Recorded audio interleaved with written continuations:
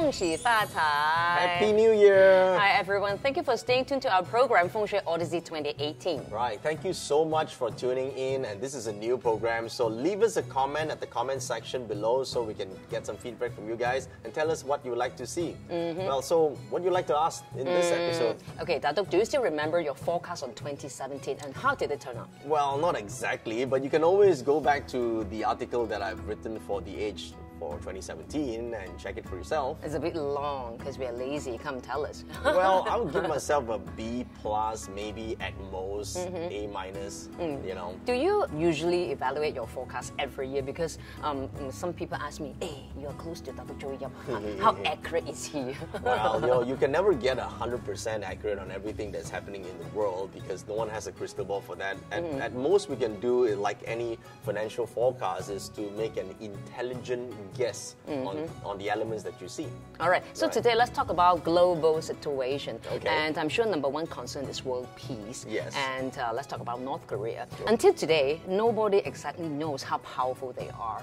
As North Korean leader Kim Jong-un said, I have a button on my desk and I can press it anytime. Yes, but Donald Trump has a bigger button and this one works, right? Well, normally what we do is we look at the world leaders' Bazi chart. Well, if you want to plot your Bazi chart, you can go on to joeyyap.com/2018 to plot your chart and follow along with this program.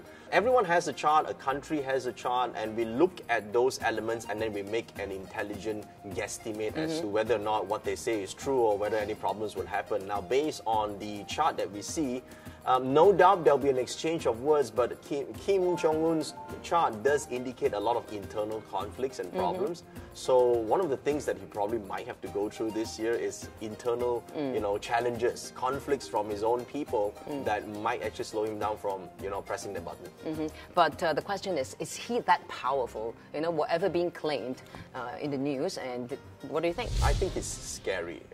Because he's a yin metal person. For those of you who are new joining us, every one of us has an element, and yin metal likes to talk a lot. And also it's a bit interesting, in Donald Trump's life, most of the people who play a part, either close to him or maybe cause him a lot of problems, are also yin metal. Oh, yes.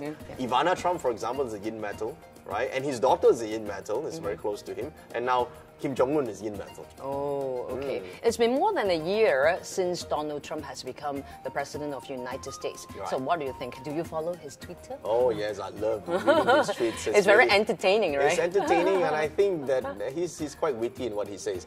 Now, if you look at his chart here in 2018, you would see that his earth element, and he's going to meet a lot of earth in the chart. Now, all these are called competitors.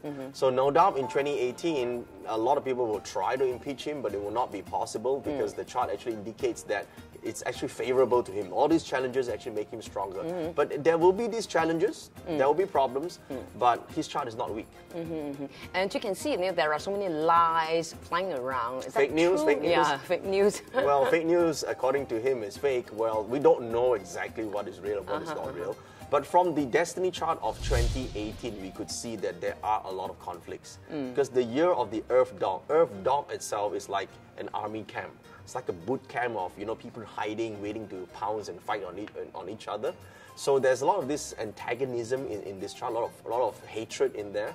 So one of the things you see a lot in the headlines is terrorists, possible outbreaks of war. That's what's happening in the chart for the year.